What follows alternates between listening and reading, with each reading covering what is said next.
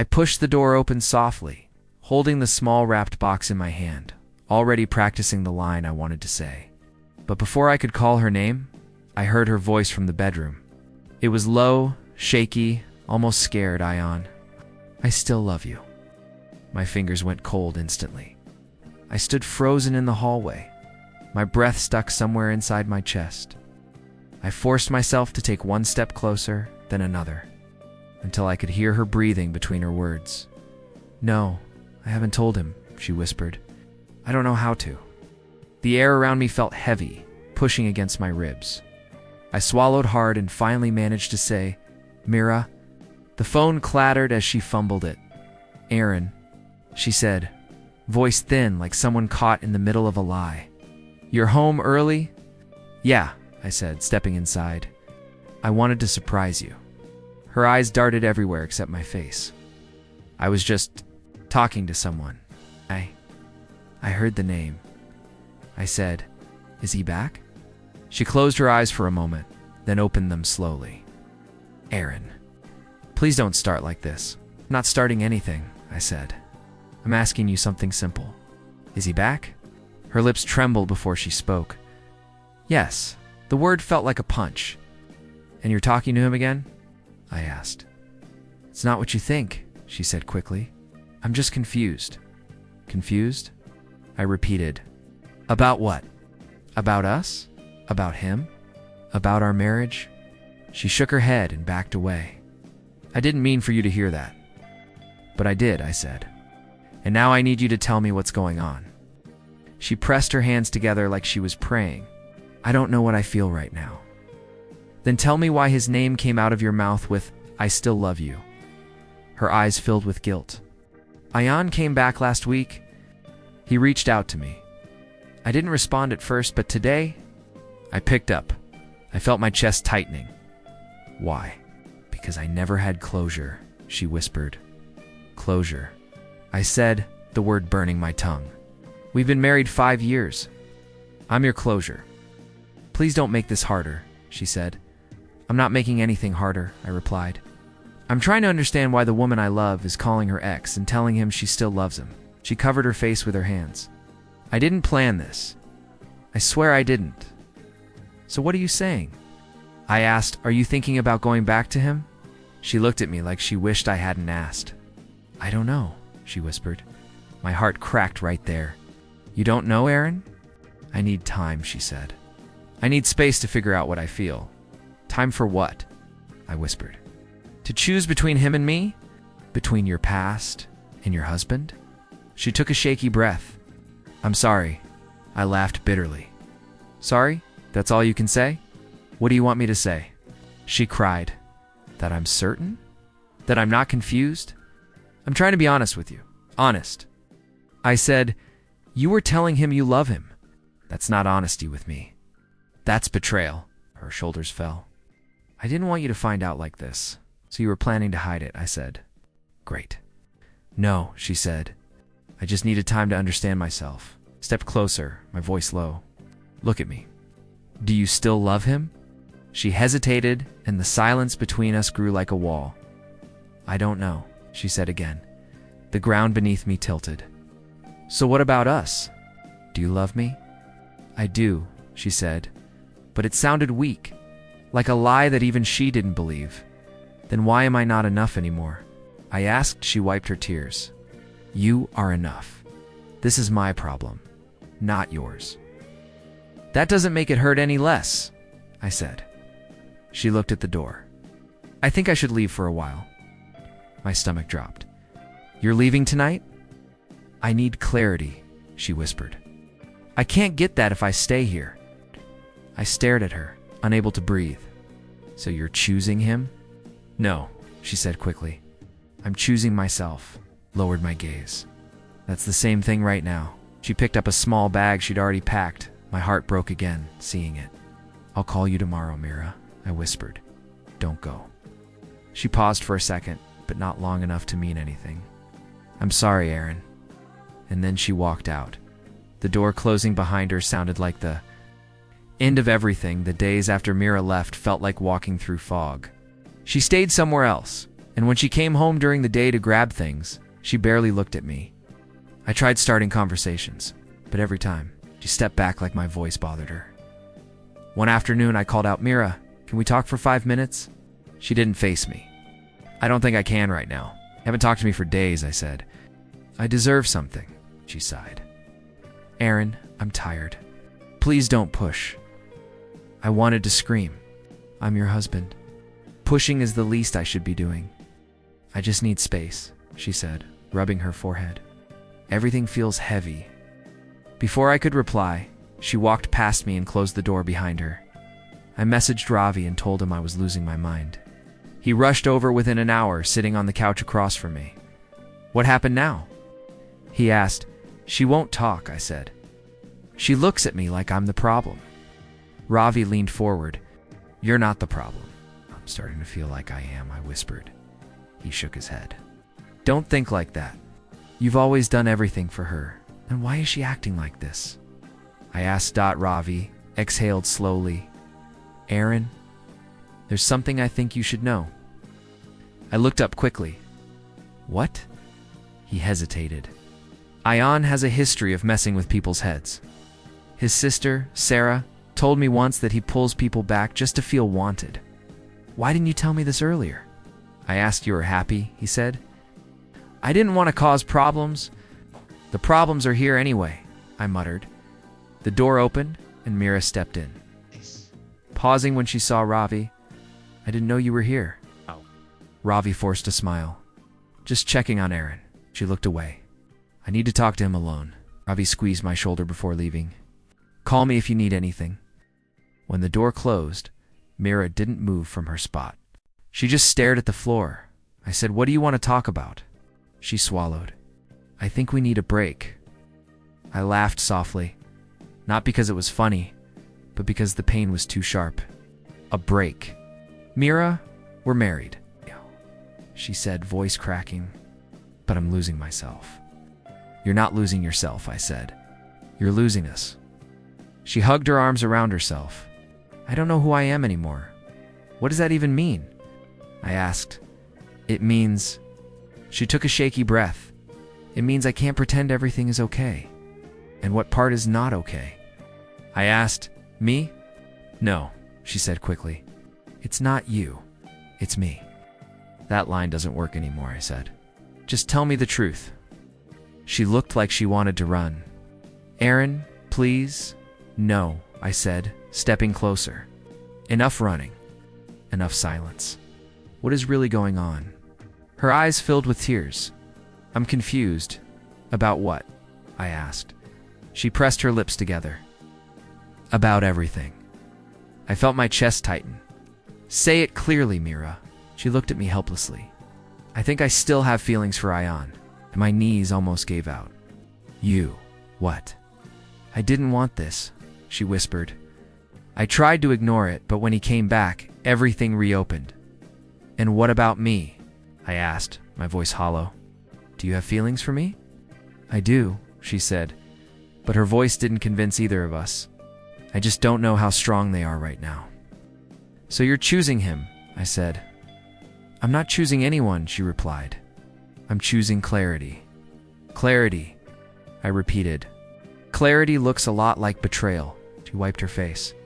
"I'm doing this before things get worse." "Worse for who?" I asked. "For you? For us? Or for him?" She didn't answer, I whispered. "Did you ever stop loving him?" She shook her head slightly. "I don't know." Closed my eyes. "So what happens now?" She took a deep breath. "I'm leaving for a while. I booked a place. I'll stay there until I understand myself." I stared at her bag near the doorway. "You already packed." She didn't deny it. "So this was decided," I said. "You were just waiting to say it." "I was scared," she said softly, "of hurting me." I asked. "Or of losing him again?" Tears streamed down her cheeks. "I'm sorry, Aaron." I stepped aside as she picked up her bag. "Please don't go," I whispered. "One last time." She paused, but only for a heartbeat. "I can't stay," she said. And then she walked out again, this time with no promise of coming back. 3 weeks passed after Mira left, and every day felt heavier than the last. I barely ate.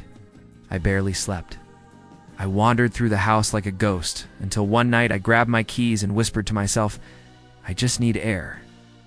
I drove without direction, letting the dark road swallow me. My phone buzzed off calling, but I ignored it. My mind kept replaying Mira's voice saying she still had feelings for Ion. Why wasn't I enough? I muttered, gripping the wheel tighter. The headlights of an oncoming truck suddenly flared across my windshield. I turned too late.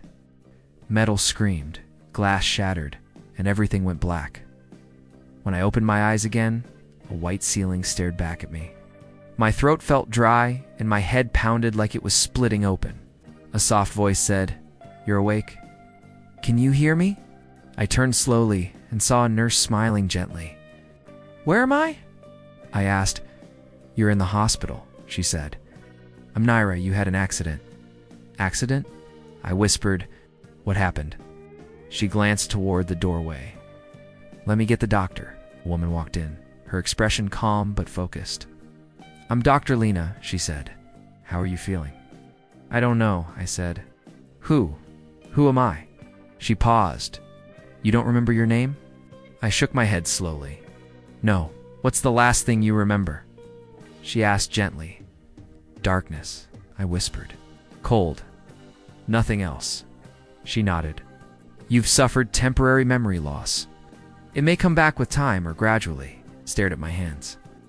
"Temporary," I repeated, trying to feel something. Ravi rushed in suddenly, eyes wide. "Aaron, thank God you're awake." I looked at him blankly. "Do I know you?" His face fell instantly. Yeah, you know me. I'm Ravi, your best friend." I studied him, but nothing clicked. "I'm sorry," I said. "I don't remember." He swallowed hard. "It's okay. I'm just glad you're alive." Dr. Lena stepped closer. "Give him time." "No pressure," Ravi nodded, forcing a smile. "Right, no pressure." For hours, I asked them questions. "What do I do? Where do I live? Do I have a family?" Ravi hesitated. "You're married?" "Married?" I repeated. "To who?" He looked at the floor. "Her name is Mira." The name rang hollow. "Do I love her?" Ravi blinked rapidly. "You did." "Did?" I asked, not do. Dr. Lena interrupted softly. "Your emotions may return later. Right now, don't force anything." I leaned back, confused and empty. "I feel nothing." Naira placed a hand on my arm. "It's normal. You're safe. Focus on that." Days passed with small conversations. Dr. Lena spoke to me often, her voice steady. "How do you feel today?" "Still blank," I said. "Any fragments? Images?" She asked. "Just a cold feeling," I said. "Like something hurt me." "That happens with emotional trauma," she told me. "Even if you don't remember it, your body does." One evening, Naira came in with water. "You're healing well," she said. "Do you always talk this kindly?" I asked. She laughed softly. "Only to the patients who listen." Something about her warmth grounded me. But the peace didn't last. One afternoon, the door opened, and a woman stepped inside, eyes red, lips trembling. "Aaron," she whispered. I stared at her. "Who are you?" She looked like she'd been stabbed. "It's me, Mira." Ravi stood behind her, tense. I studied her face, searching for anything familiar. Nothing came. "I'm sorry," I said. "I don't remember you." Her voice shook. "You don't remember? Anything about us?" "No," I said. "Should I?" She stepped closer. "I'm your wife." I didn't react. Okay. She repeated, hurt dripping from the word. "That's all you have to say?" "What should I say?" I asked. "I can't pretend I know you." She blinked rapidly. "Do you feel anything? Anything at all?" "Just emptiness," I said. "No memories. No emotions." She grabbed the side of the bed. "I didn't think it would be this bad." Ravi stepped forward. "Mira, don't push him." "I'm not," she snapped. Then softer, I just thought. Maybe seeing me would help. "It didn't," I said honestly. She flinched like I slapped her. Can we try again later? I shook my head. I need to figure out who I am before I figure out who we were. She whispered, I miss you. I looked away.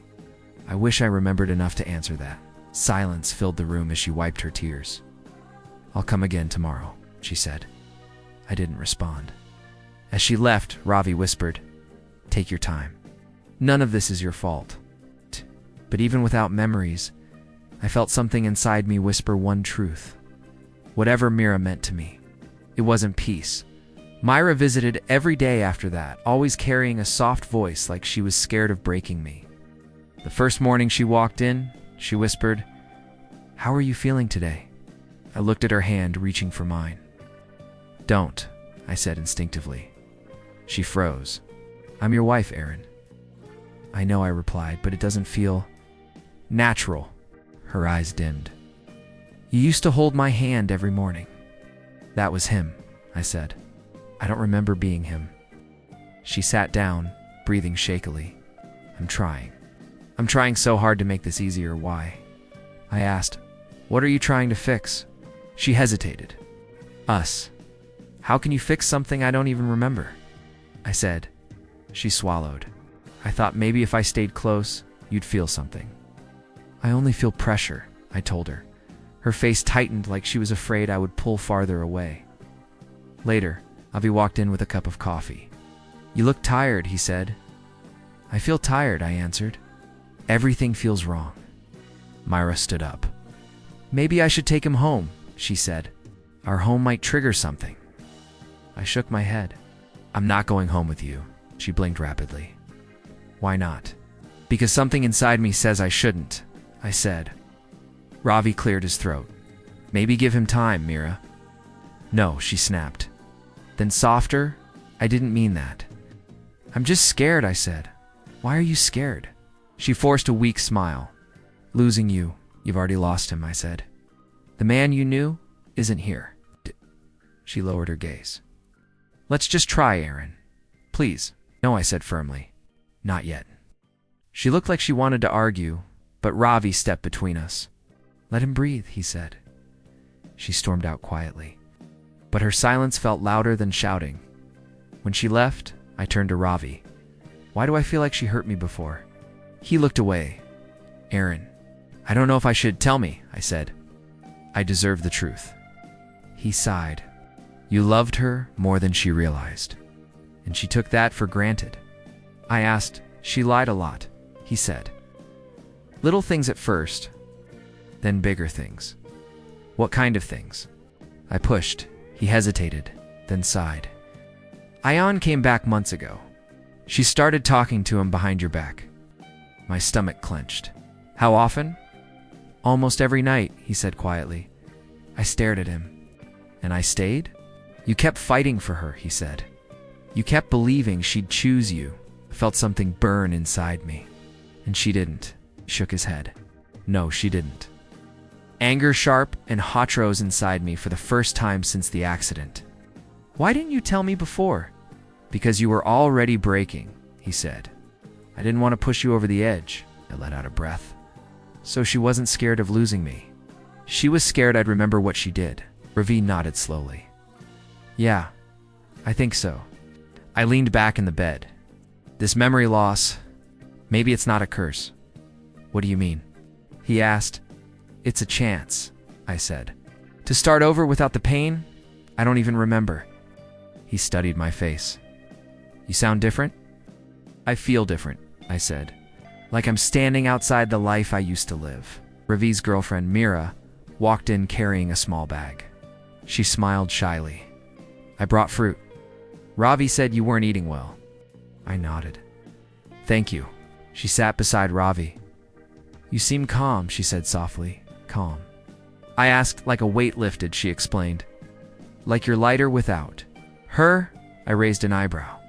Without Mira? Mira nodded. I don't mean it in a bad way. You just look like you can breathe. Ravi shot her a warning glance, but I shook my head. She's right. I do feel like I can breathe. Edamira smiled gently. Then maybe that's something you should listen to. After they left, I stared at the ceiling. Mira returned in the evening with a hopeful smile. "Can we talk?" She asked. "About what?" I replied, "Us," she said. "I think if we try no," I cut in. "Trying means forcing something dead back to life." Our face fell. "You're pushing me away." "No," I said. "You pushed me away long before this accident." She stepped back. "What did Ravi tell you?" "The truth," I said. Her lips trembled. "Aaron, I can explain." "I don't need explanations," I said. "I need space." "You're choosing them over me?" She whispered. "I'm choosing myself," I said. For the first time since waking up, I knew exactly what I wanted. Distance from the woman who broke me before I even lost my memories. Mira walked into my hospital room again, carrying that same forced smile she'd worn for days. "You're looking better?" she said softly. "I'm healing," I replied. She sat down beside me. "I brought your favorite juice." "How do you know it's my favorite?" I asked. She froze. "You used to love it." "I used to," I said. "That man isn't exactly here." Her fingers fidgeted. "I'm trying, Aaron." "For what?" I asked. "For me? Or for whatever guilt is eating you alive?" Her eyes widened. "Why would you say that?" Before I could answer, her phone rang. She quickly turned the screen away, but not fast enough. I saw the name, A? And I said quietly, "You're still talking to him?" "It's not what you think," she insisted. "That line keeps getting old," I replied. "Answer it." "No," she said quickly. "Why not?" I asked. "If it's nothing, answer it." "No," she shook her head. "It'll upset you." "It upsets me more when you lie," I said. Her phone buzzed again. I reached out and held out my hand. "Give it," she hesitated, then handed it over with trembling fingers. A notification lit up the lock screen. "Ion, he doesn't remember you. Come back." My grip tightened. "So that's why you're here." She grabbed the phone. "Aaron, please read it out loud," I said. She stared at me. "No." "Read it," I repeated. Her voice cracked. "He's lying. So you didn't tell him I lost my memory?" I asked. She looked away. "Mira," I said, "did you tell him?" "Yes," she whispered. "And he told you to come back to him," I said. "Didn't he?" She stayed silent. "That's why you returned to me?" I asked. "Because you thought I was harmless now?" "That's not true," she protested. "I came because you're my husband." "You came because I forgot enough that you could rewrite the past." Tears filled her eyes. "Aaron, don't say that." "Then tell me why you didn't block him." "I tried, you didn't," I said sharply. "If you wanted me, you would have cut him off. But you kept him close. Even now." She covered her mouth with her hands. "I'm scared of losing me." I asked. "Yes," she whispered. "I can't lose you again. You lost me the moment you picked him over me," I said calmly. "I just didn't know it then." She sobbed. "I made mistakes. I was confused." "You weren't confused," I said. "You were choosing him every night behind my back." She shook her head desperately. "I never meant to hurt you." "You did," I said. "And you kept doing it." She fell to her knees beside the bed. "Please don't say that." "I'm not saying anything wrong," I told her. "I'm remembering the truth without needing the memories." Right then, someone knocked on the door. Mira wiped her face quickly as an older woman walked in. "Aaron," she said warmly. "It's me, Farah." I blinked. "And you are?" "Mira's mother," she said softly. "We've met many times." I nodded slightly. "Nice to meet you again, I guess." She smiled sadly. "I heard about the accident."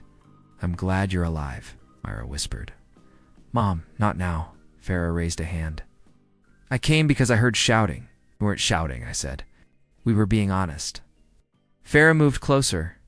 "Aaron, she loves you. You must understand that." I looked at her. "Does she?" "Yes," Farah insisted.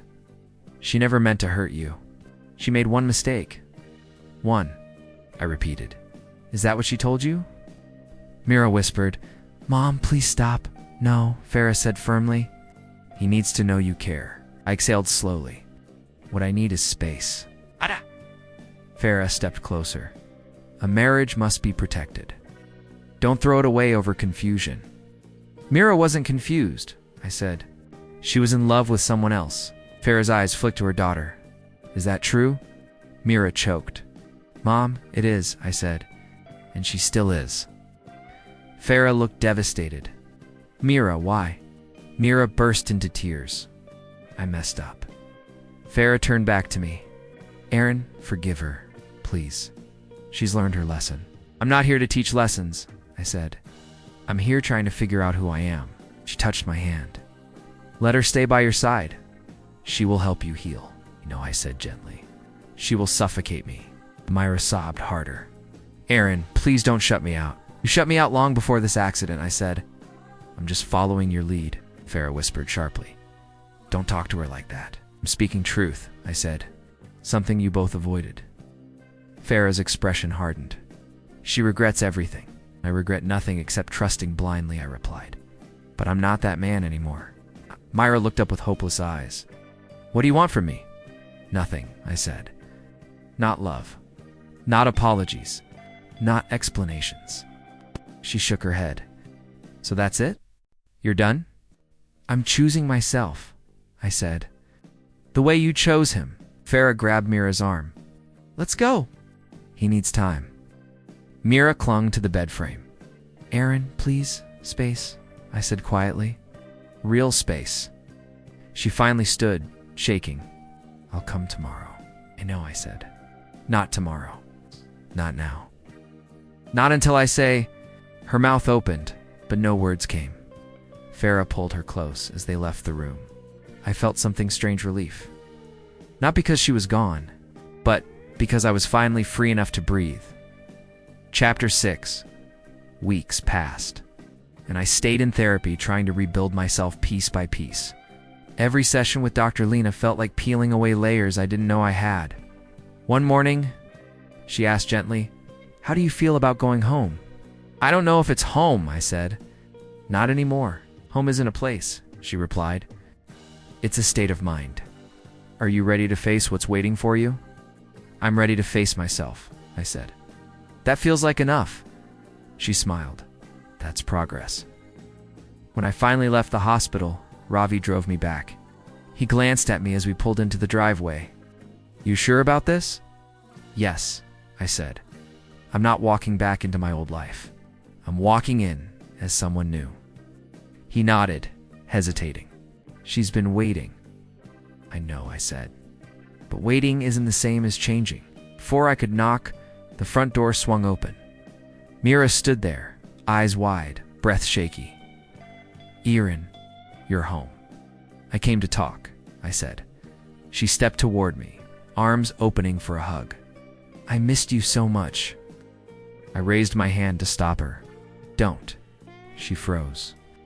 Why not? Because I don't want false closeness, I said.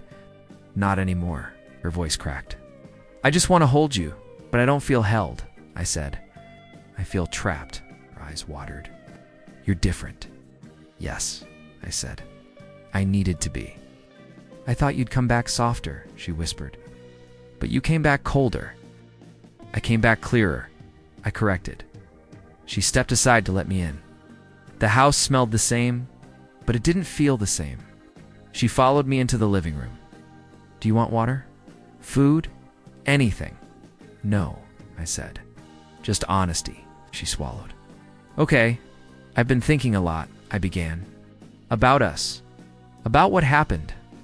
About what didn't? She sat slowly. I know I hurt you. I don't need apologies, I said. I need truth. She looked at the floor. I was scared. Scared of what? I asked. Scared of choosing the wrong person, she admitted. Scared of losing what I had with him. And what I had with you. Can't have both, I said. I know, she whispered. I know that now, do you? I asked. Or do you just regret losing control? Her breath hitched. I regret everything. I don't, I said. Her head snapped up. You don't? No, I said. Because losing my memories showed me who I am without you. And who I was with you. She shook her head. You're talking like you remember. I remember enough, I said. Not the details. Not the nights. But I remember the feeling. What feeling? She whispered. Pain, I said. A constant heaviness. A fear of not being enough. A fear of losing you even when I had you. She looked terrified. I never wanted you to feel that. But you made me feel it, I said calmly. Every day. She reached out carefully. Let me fix it. You can't fix something that died, I replied. You can only bury it, she broke. Please don't do this. We can start over. Can't, I said. Not everything can be rebuilt. She moved closer. I'll change. I'll block him. I'll do whatever you want. I don't want anything from you, I said. Not loyalty. Not promises. Not love. Her voice shook. Then what do you want? Space, I said. Real space. The kind you never gave me. Her face crumpled. Aaron, I'm losing you. You lost me before the accident, I said. I'm just accepting it now. She grabbed my sleeve. Don't talk like that. I can't, Mira, I said firmly. I'm not yours anymore. She let go, stunned. So that's it? You're ending us? We ended the moment you chose him in your heart, I said. I just didn't see it until now. She wiped her tears. I'm scared. I'm not, I said. Not anymore, she whispered. Do you hate me? No, I said. Hate needs attachment. I'm free. She stared at me, broken. What happens now? I move forward, I said. You figure out your own path and us? She asked. There is no us, I said gently. Not the way you want. She collapsed onto the couch, sobbing. Please, don't leave. I'm not leaving, I said. I'm just not staying. I stood, breathing easier than I had in months. Myra whispered, You're not the same man. I know, I said. And I'm finally proud of who I am.